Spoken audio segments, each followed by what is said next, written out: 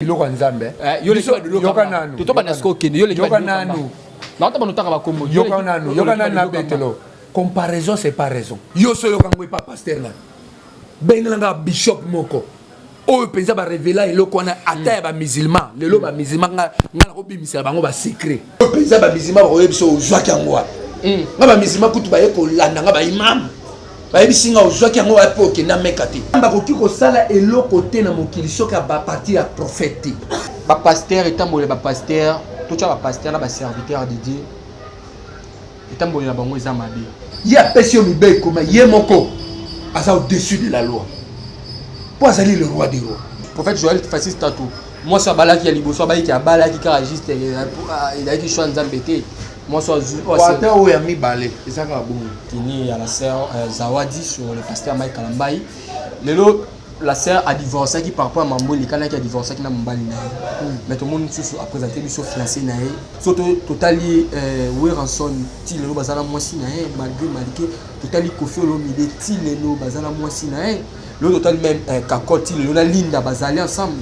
Mais pourquoi bino obenga bomba bilisa mokilo basé la sata bango on a botambola honnête mais bino ba serviteur de Dieu ba servant de Dieu bozo sala maman au feu bango basala bino bozo sala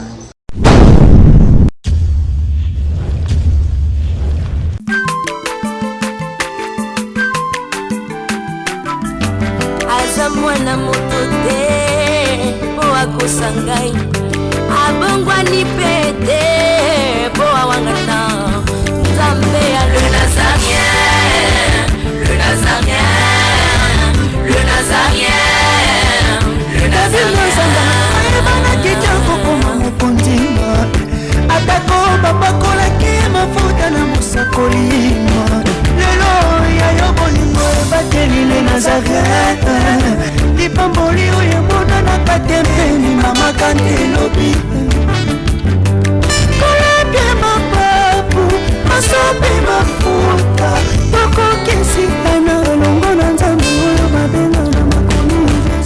Efada, thank you Fada, cher ami fidèle internet, malandunion sont toujours besoin Kalibakou ya kwanda biso na katia chaîne na bino ya les Nazariens TV na kata émission na bino table vous a présenté par votre humble serviteur Dadi Mukwaya et je dis un grand merci l'équipe Mobimba ya les Nazariens TV, je dis un grand merci à la servante dédiée Mama Tiffany Mokwa pour la confiance au Pessinga. Je dois aussi un grand merci à celui qu'on appelle Gira Oazana Sima caméra la PCPNA. Merci et bien équipe Mobile Nazarien TV. Le table 7 Nazana Moka prophète Moka na biso boyebi déjà o banalika toujours na chaîne na biso na combo ya prophète Ali général ya prophète Ali. C'est avec lui nous allons nous entretenir tout au long de cette émission. Restez branchés, restez connectés dans votre chaîne Les Nazariens TV. Avant d'avoir présenté bino l'homme de Dieu na régime atila biso cha ozo diffé bananzambe esala bananzambe lokumo lo sako mokondi ya la servante de Mama Tiffany Mokwa et puis on se retrouve après cette chanson.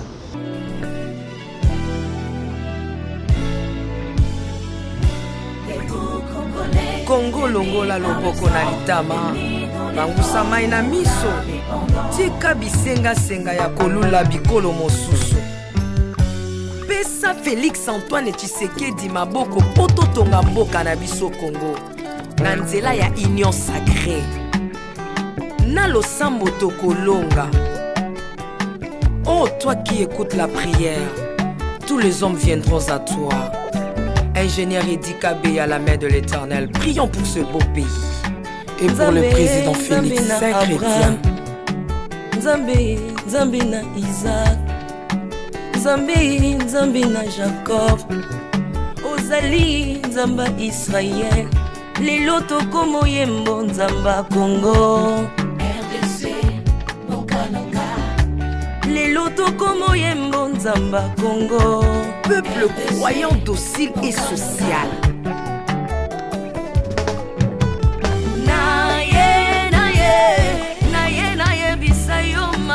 Salina bokondia mboka nanga Congo, Congo. Selon Luc 1,52. Tu as renversé les puissants de l'air trône, mais tu as élevé un homme au Congo. L'incarnation de l'espoir de tout un peuple. Salomon de notre temps. C'était à beaucoup La sagesse mieux faut que le bruit des arbres. Peuple congolais komanakana lelo oapose biso masuwa ya noa bato balingi Congo bakota na kati po mopepa delige komobeta libanda na kati ya arche de Noé lion azalaka na peti ya kolia ntaba te mpo bolingo ekangaki ye libumu bolingo ya mboka epesaka place na banguna te. Pasteur Ami Daniel, ça c'est la sagesse. Nzambe na kimbangu, le prophète de l'Éternel en Afrique. Nzambe na bantoma, apôtre Léopold Mutombo. Nzambe ya baroi, la prophétesse Liliane Esther Tayo. Le roi de roi. Au monde ezalaka boya na biloko nzambe. Yo les yoka nanu. To ba dasko ke yo les yoka nanu. Na ta bonota ba kombo. Yoka nanu na betelo. Comparaison c'est pas raison. Mais yoka nanu sikona na chelo bien. Comparaison c'est pas raison. Au monde nini yo. C'est un pot. Hein? Print. Maintenant, nous tous les print na ebo. Azaka yemoko unique et original. Au monde général wana obi apostole aza unique na côté na ye. Na grâce on zamba pesi. Na église na ministère na ye. Na on zamba bengaki. Ngape na miponate. Un vrai prophète, c'est pas mutoazo mipona. Na miponate na za général. Mais loko nini yo komisanga ndi ifo mituna. E komisinga na koma na ba pete wana oublier. Na koma na appel wana nga na kima kozala ki prophète na kima eloko wana mais eloko wana elandanga nzambe ayebisinga yo omata okita soko prophétiser te olia te yo omata okita soki mboka ote bayoki ote eloko moto esalema nazoloba yango vérité nani alobi wana eza ngai. Cher ami fidèle internet bolanda ba propos ya prophète koza makambo nzambe alobaka na mutu yango ne faut kondimaka mutu. Comprendre?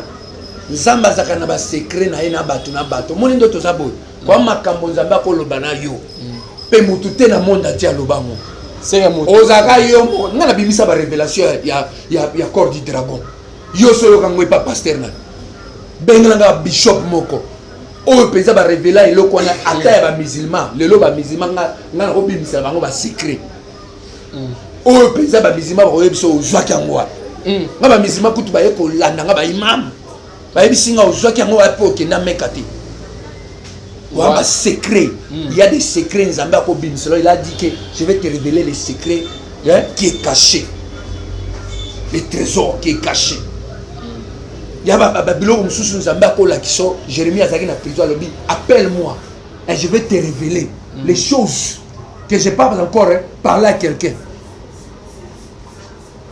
Un vrai prophète, c'est un homme, un box de secrets. Azamuta, il y a cabinet ya nzambe. Yeba nzambe alobi alobi l'Éternel Dieu ne fait rien, ne peut faire rien dans ce monde. Elle laisse Dieu lui permet. Nzamba koki ko sala eloko te na mokili soka ba parti ya prophète. Amen bien aimé. Koza ba biloko mususu tolinga koloba te parce que toko lobi yango bato bamoni yo ke non ozomi komisa ou bien yonde yo ou bien ozanani. Amen. Parce que nzamba tambolaka na démocratie te. Démocratie ba itself eza les démons et des crasis. Démons et crasis. C'est-à-dire yo yebisa nzamba za na kati ya démocratie e bandi nini mutu aza roi aza na kati ya royaume aza na kati ya royaume na ye abandi démocratie et obanda ndeni on va voter. Et c'est David va voter qui? Moi, tu as dit une ancienne alliance. Non. Une ancienne alliance. Est-ce qu'un prophète va voter quand? Tu as dit une ancienne alliance. Tout ça, la nouvelle alliance. Un prophète, Jésus va voter qui? Jésus va voter qui? Il y a une révélation. Et bon, Jésus, tu as dit qui roi à l'époque. Non, roi Moussou Azalaki. Tant roi, on a au moins un roi Moussou Azalaki. Bota Masalani. Oh, on a un qui est le bon maître. Voilà, on continue d'abord la cette émission. Le prophète Alobi, si je comprends bien, Bolanda Biso Baboni Nabiso Ali Nazarien, la servante de Dieu Maman Tiffany, Bolanda Biso. Le prophète Alobi, Mboka Oso Ningé Forama, ce Ningé est marché, ils ont un désert qui attend à Kala. Il faut bailler au Kala. Ce bailler rien ne marche. C'est ça, hein, message au PC. Mais oui. La chef de l'État Bolanda Biso. Ok, voilà l'homme de Dieu. Pour la sujet là, ceux qui n'ont pas, tout le sujet mususu, au très important photo sur l'anao. Aujourd'hui, pasteur etambolela ba pasteur to tcha ba pasteur na ba serviteur de Dieu etambolela bango eza mabe. La Bible nous dit soki mobali obali mwasi obali na mwasi soki okangi mwasi na adultère ou soit on a des principes. Bible appelle ça des choix. Ou soit au limicier ou soit au divorcé naï. Mettons au divorcé naï au bal à l'insulter, au se remarier au bal soki mwasi soit non divorcé qui na sa nini akufi. On a mis quoi Bible ndé nzamba on la biso. Mais aujourd'hui basali ya nzambe ya mboka na biso ba pasteur ba prophète na tchabino en général na cadre. Les mots en général la tchabino en général. On dit que ça là ma combien monter parce qu'il y a plein de pasteurs babali ba se remarier. Mais pas si na bango baza. Mais tant que aux prophètes général tant au monde qui na habité autant la Bible mususu to biso autant la Bible mususu. Parce que ma combien de on bo respecter parce que la Bible nous dit vaut mieux l'obéissance que le sacrifice. Mais pourquoi on a ces autres passer dans 4 accords de Christ? Amen. Merci serviteur de Dieu.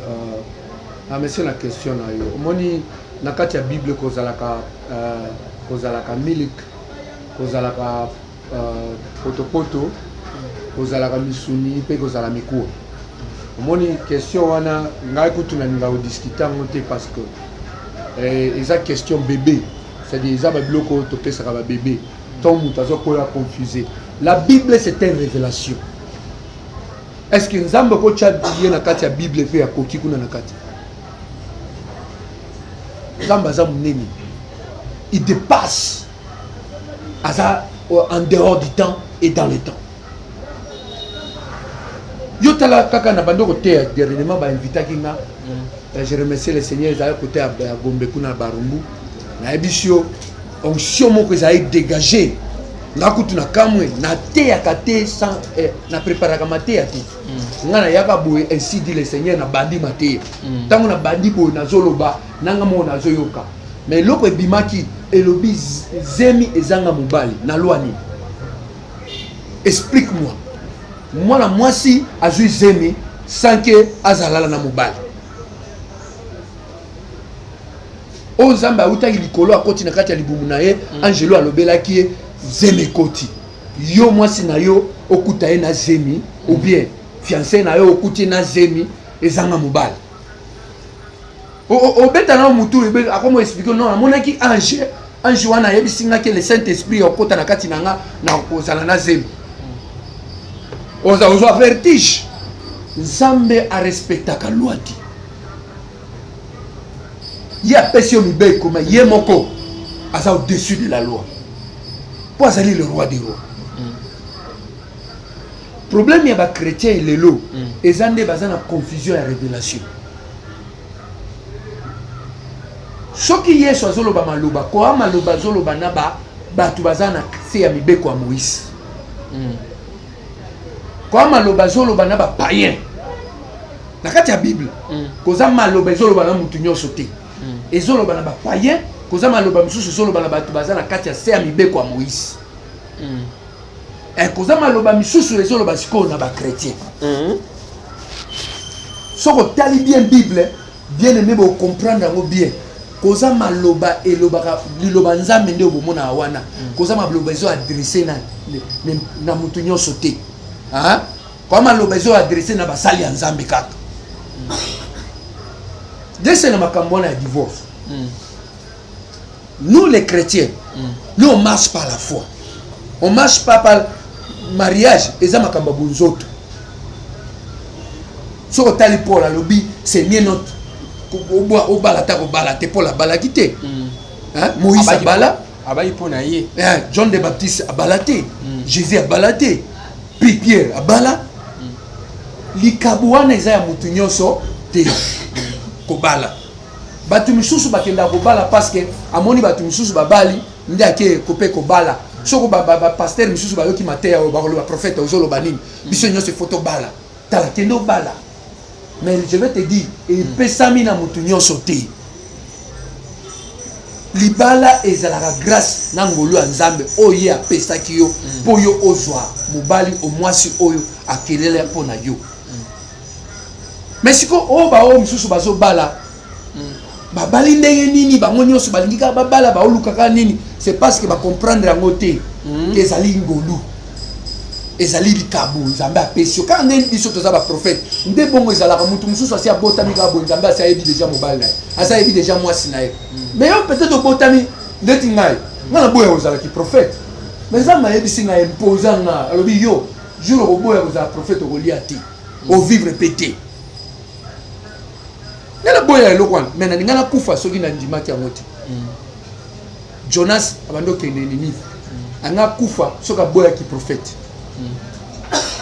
aoke Tarshish nzambe atindi na Ninive mais mpo na nini ayokaki appel na ye mais aboya yango alingaki osala business. Mais la Bible dit, Jonas tanga moni ke makambo esali e calé et bloqué. Er moko so moni makambo na izo simbate. Tala appel na ye. Tala eloko nini nzamba zolobela o aloko nini boyokane.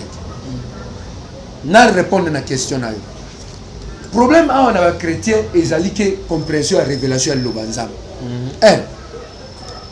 Koza batu misusu kande na lobaki. Fallait pas babala babali. Batu misusu bakia ko bala mutu amabe. Ok, on bala mutu o nzambe omonika la beauté est-ce que tout na ki nzambe avant bala mutu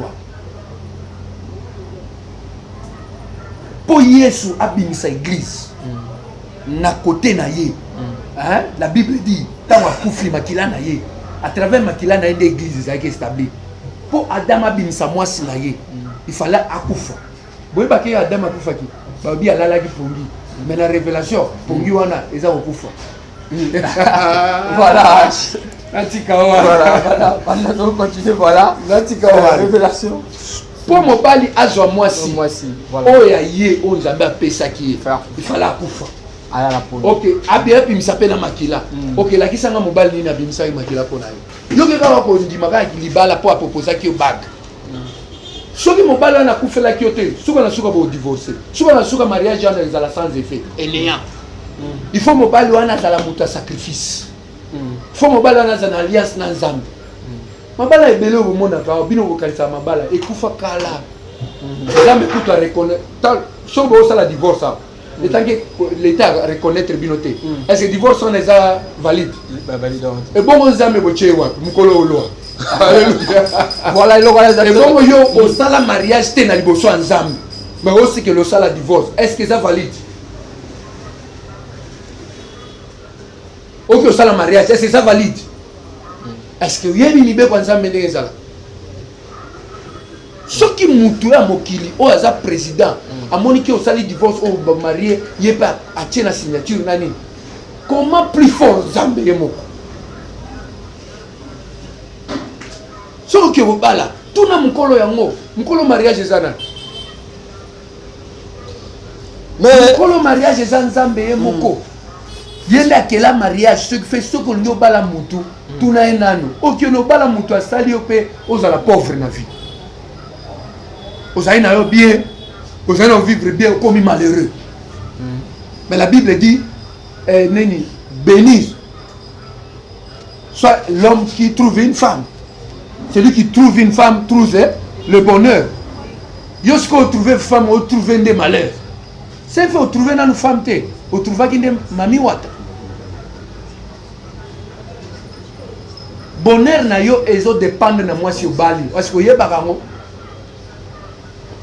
élévation à moi si dépendra na honneur na dépendra na mobali nini abali yango ni ba pasteur lelo ba osala ba buzo ba pasteur soko moni pasteur azobala bongo parce que premier ko bala na cause à la sala qui erreur et cause à la bala ki mutu o zaba yebisaki ete neti prophète Joël Fassis Tatou. Moi sur bala qui a liboso ba qui a bala qui caragiste il a qui choix nzambe te moi sur water o ya mi balé ezaka bongo hein ngala critiquer te na linga prophète bien aimé na linga ka mingi mais Joël Fassis na mulimo prophète Joël Fassis Tatou moi mobulu ezali ezoya mobulu ezali na moi sur bala ya mi balé o c'est ezoya ngala souhaiter ngote ezali lo ezali déjà semence moni okosangisa prophète Joël est-ce que mutu asi alia mutu asi élevé bon nzambe élevé bon obino nyonso bomotalele miso obike non mwasi mibale oyo abali asala erreur ezaka bien bêtise azalaki Moïse asala erreur se permet nzambe apermitaka ke mutu nyonso akoka kosala erreur mpo Jésus atikala nini parfait Jésus aza numéro 1 nous tous tozotala l'auteur et le perfecteur de la foi c'est Jésus-Christ tatu aza parfait hein nga moko naza parfait tostrake ti boto parfait mais eloko nga na koyebisa o songolo onani prophète okolakisa ngai o aza parfait aza défaut te elakisa nga moko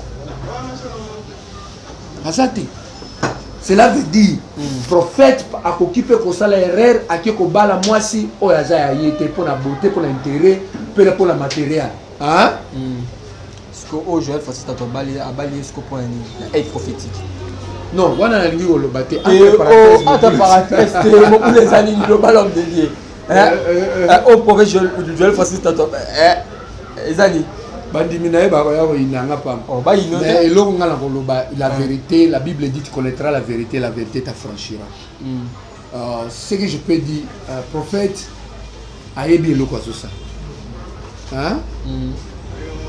soki mutu azobala mutu bala ye base sur ainsi dit l'Éternel mais kobala ete pour na matériel kobala ete pour na biloko oyo ozomona physiquement po ekoya kotekama ekoya kozwama un jour eko disparaître okomona mutu lelo azala bambongo banini nzoka eza ya nyongo bosuki na leta te mais oui mutu azotambwisa mutuka yokanisi eza ya ye oke mpe ozwi zemi kuna osuki na leta te mpe ozoko mutuka eza ya patron na ye so il faut pas qu'on base babengango ko baser foi na yo sur le matériel faut baser foi na yo sur le spirituel c'est ça so prophète atunalingi okota bakambo na minute mais na betelo kaka moi likolo trouble koya avec le temps trouble koya na mariage nyoso ezala neti ndako oyo nde ndako ngande na yebaka place liduso mbula ma mbula ekotaka etangaka comprendre na kati ya libala nyonso na kati ya couple nyonso bango nde bayebaka place etangaka oyo komona bango libanda bazoseka na yo omona bango libanda baza bien mais ce que je vais te dire étant qu'un prophète je vois déjà la trouble plus pire que oyo ezalaki parce que arosani étant qu'un prophète par rapport à message noko lancé et par rapport à mariage à l'homme arosala pona à garder relation là parce que pipi les amis bango mibale bazala honnête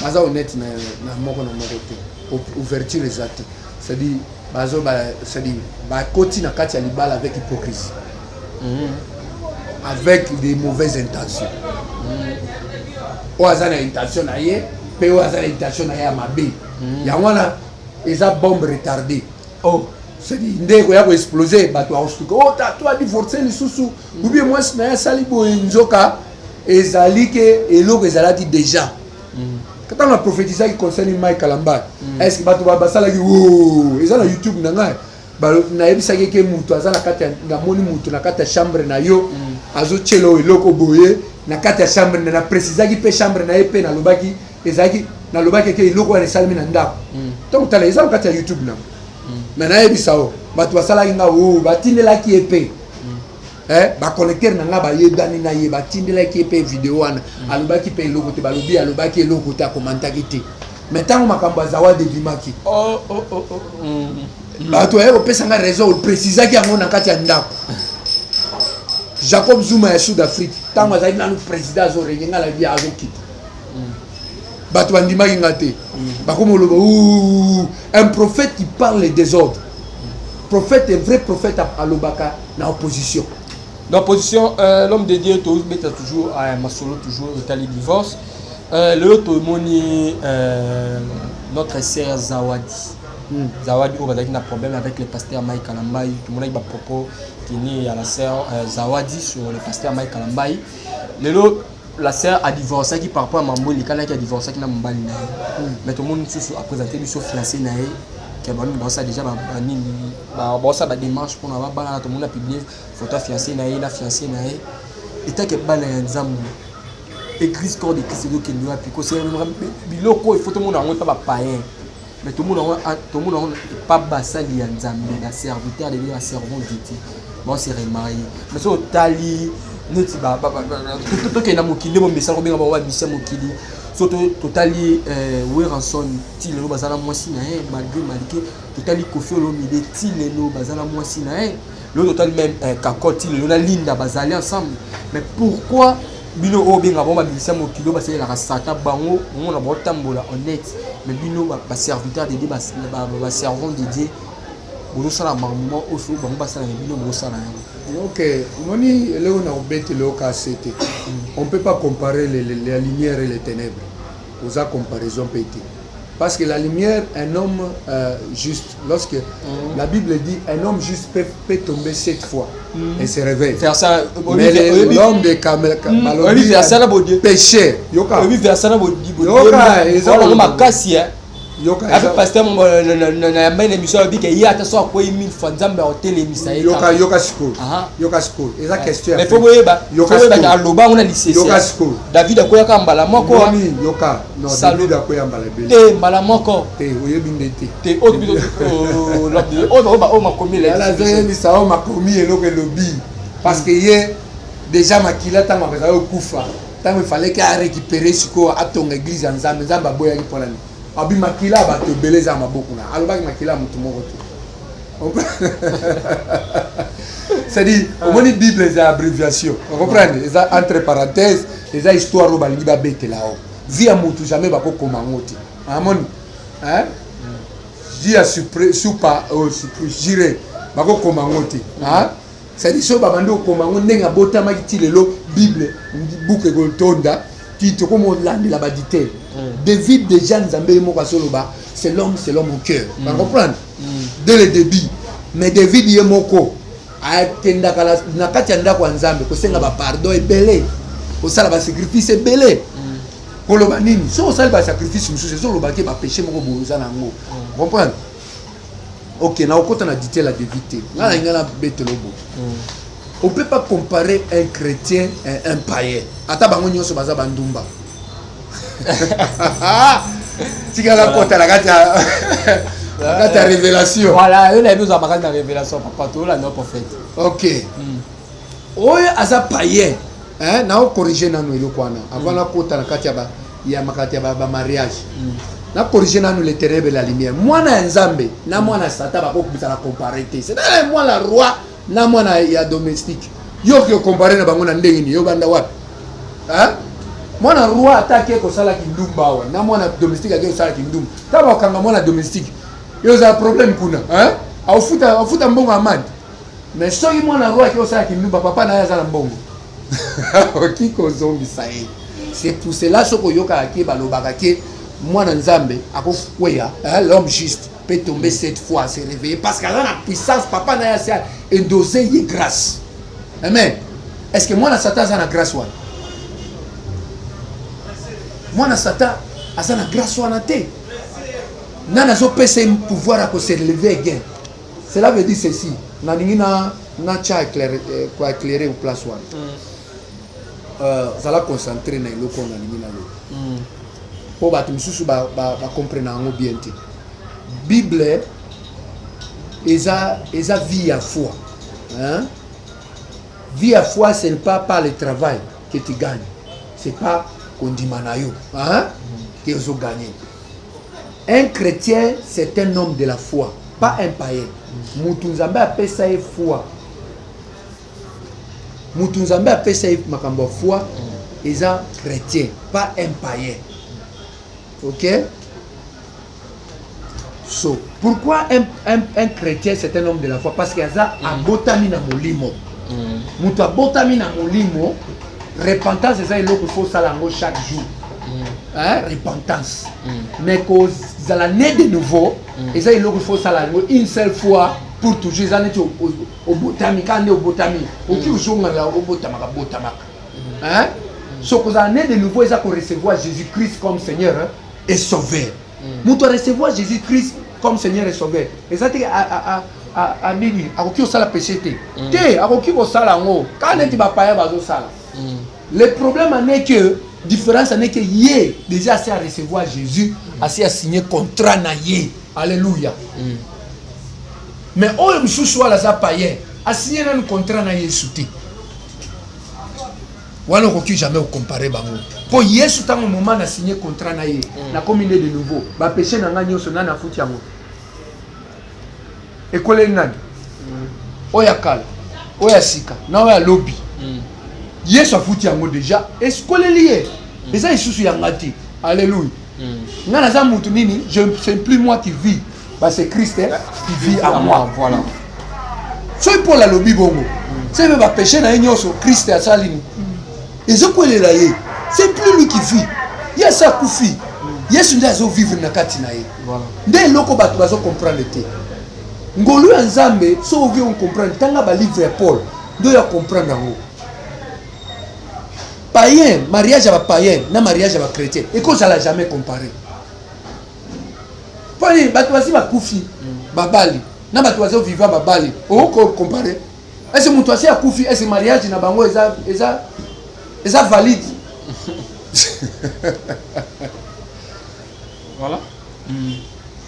Na on le bâté na on critiquer ba païen te, mais il faut qu'on y ait sa bango vérité. Et tant qu'un chrétien tu considéreras un païen comme un mort dans le péché, un esclave dans le... Oui, tant qu'on recevoir Jésus-Christ, tu es revenu ressuscité. Tu es ressuscité dans le monde de la lumière. Mais dans le monde de la lumière, tu es mort. Et tant que tu n'es pas né de nouveau, aux années de nouveauté, tu es mort. C'est ce qu'on va te dire, oh, baza ba païen, babalani. Attention, ba kenda église. Et tant que baza ba païen, baza mort. Ça a koufa. Yo siko comparer bato basi bakufi na bato baza vivant ndenge nini yo banda place ni OK zawadi tokoti makamba zawadi ndela biso ba vaseline ela biso ba vaseline ela biso makambo ebele histoire ebele mais loko ngana kolobela bino ezali bo on juge pas un homme bachaka virgule pas point hein moi moi ça na bakutana ki na adultère est-ce que azongela ki mobile na ye ou be mobile na ya aboya ki point d'interrogation la président petit tu na obeto pour la nini bakanga mobile na été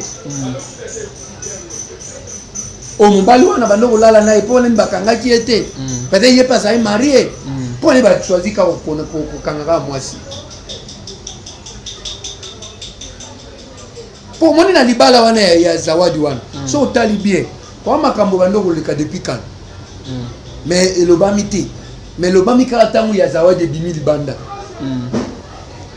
Pour moi ko za ba péché moko esalema na kati ya motema mutu. Na ba péché otomonaka. Oyebi ke péché wana emonana kate eza très grave koleka oyo emonana. Pour oyo emonana ka eza na pouvoir makasi te. Omona mutu azo filmer Shimboki, est-ce boyebi prison ni nazo filmer ngo?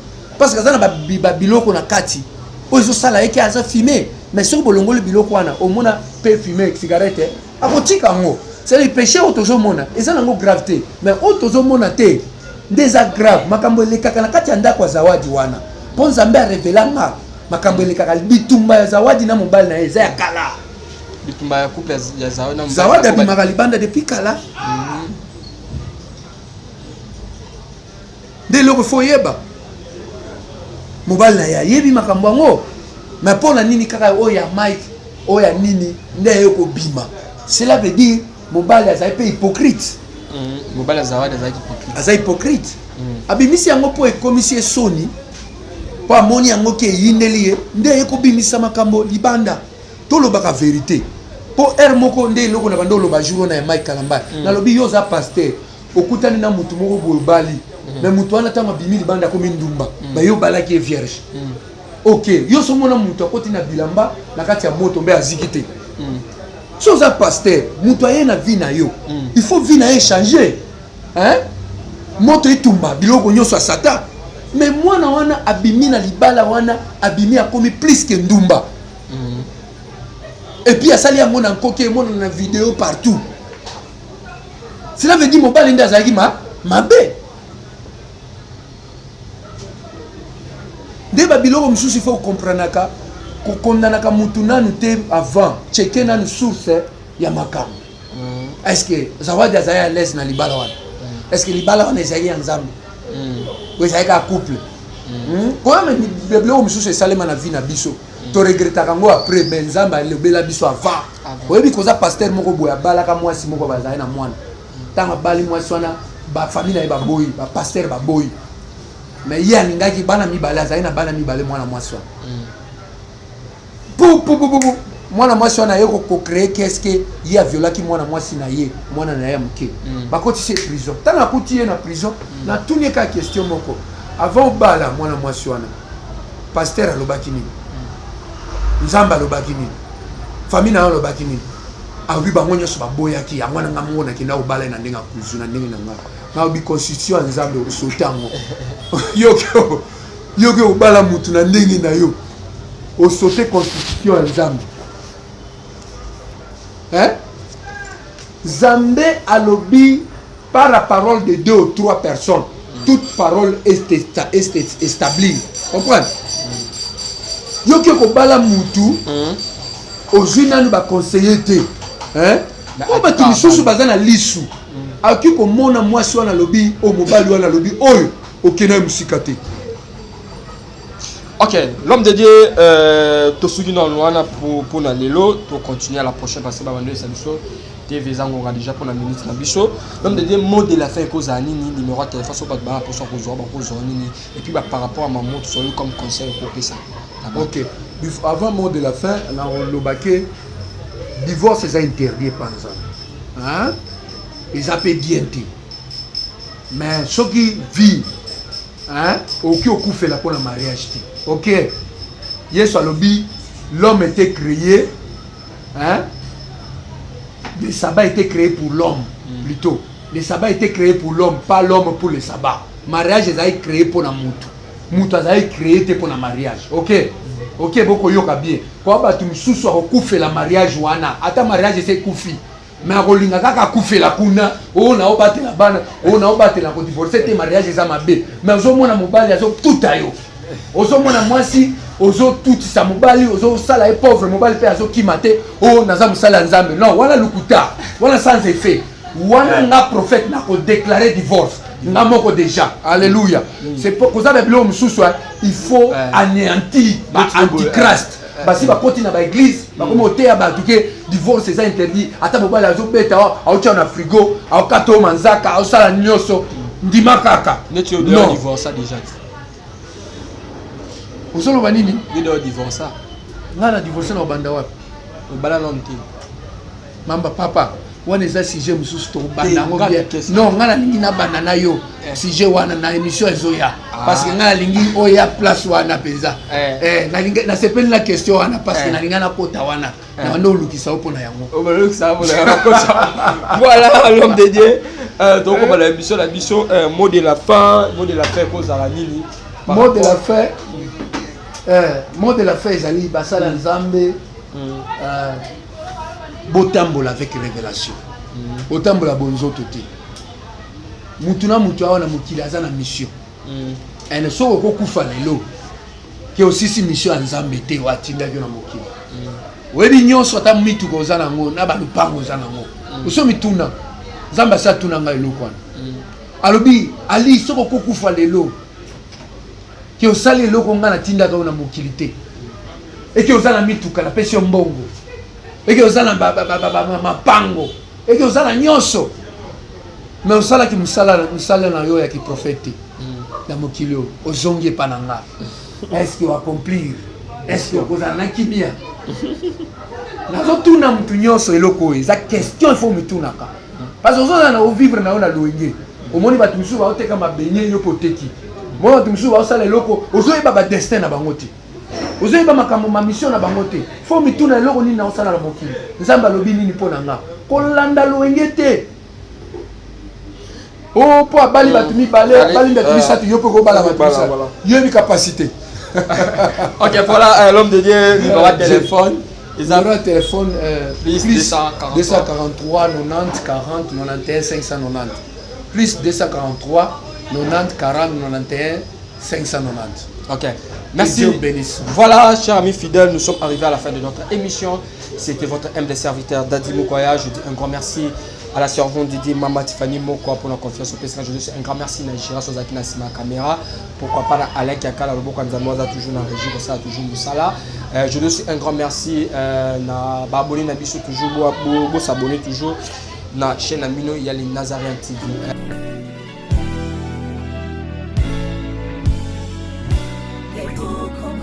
Congo longola loboko na litama bangusa mai na miso tika bisenga ya kolula bikolo mosusu pesa Félix Antoine Tshisekedi maboko poto tonga mboka na biso Congo na nzela ya union sacrée na losambo tokolonga.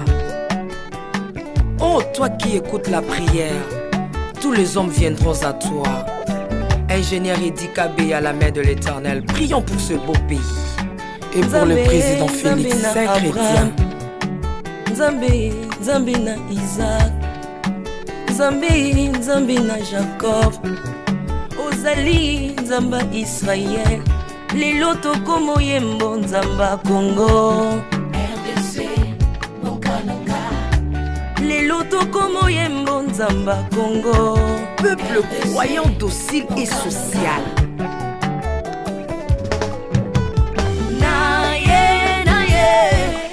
Naye bisayo makambo sali na bokonzi mboka nanga Congo. Selon Luc 1,52. Tu as renversé les puissants de leur trône, mais tu as élevé un homme au Congo. L'incarnation de l'espoir de tout un peuple. Salomon de notre temps. La sagesse mieux faut que le bruit des arbres. Peuple congolais, Komanakana, les lots ont posé, biso masuwa ya Noa, bato balingi Congo, bakota nakat, pour mon pepa délige, comme mon bêta, libanda. Nakati ya arche de Noé, lion azalaka na peti ya kolia ntabati. Po bolingo ekangaki ye libumu. Bolingo ya mboka epesaka place na bangu na te. Pasteur Ami Daniel, ça c'est la sagesse. Nzambe na Kimbang, le prophète de l'Éternel en Afrique. Nzambe na Bantoma, apôtre Léopold Moutouma. Nzambe ya Barwa, la prophétesse Liliane Esther Tayo. Le roi de roi.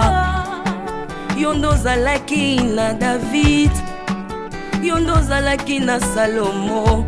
Lelo tokomo mono kachafati, RDC Mokananga. Lelo tokomo mono kachafati, RDC Mokananga.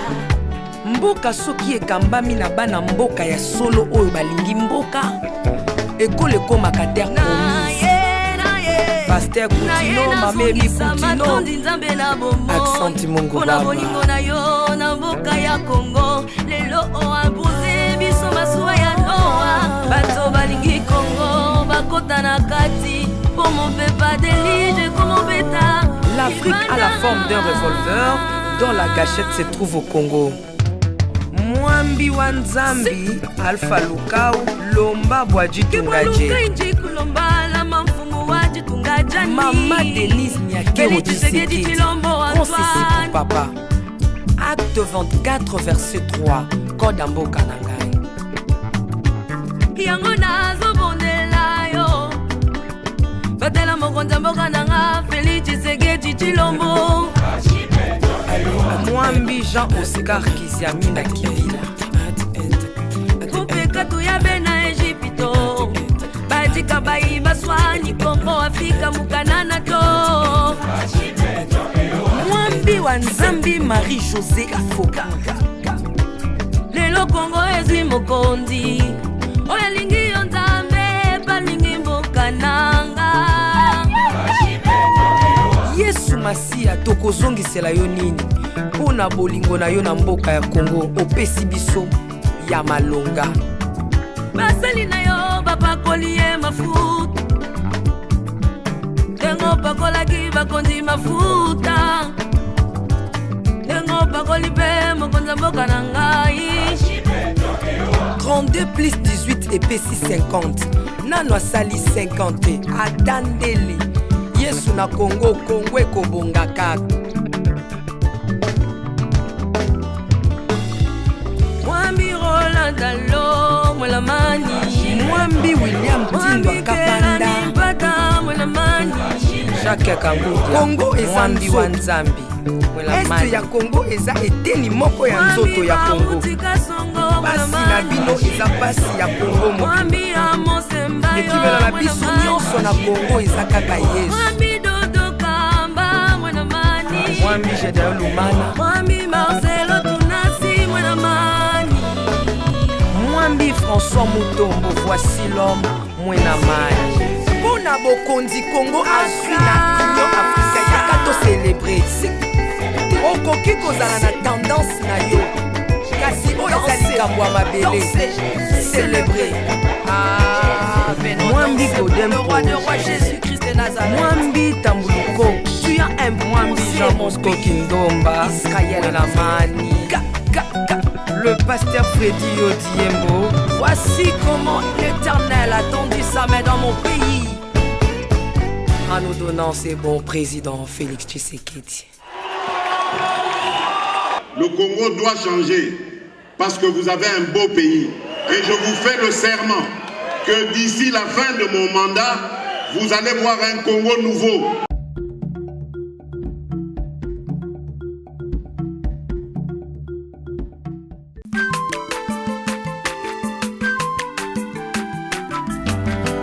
mwana moto te po akosa ngai abongwani pete po awangata nzambe ya le nazarien le nazarien le nazarien le nazarien bana kitoko koma mokondima atako bapakolaki mafuta na mosakolima lelo ya yo bolingo ebateli le nazarien lipamboli oyo emonanaka te mpeni mama kandi elobi koleke mapapu masopi mafuta tokokisikana elongo na nzambe oyo babenga na makomi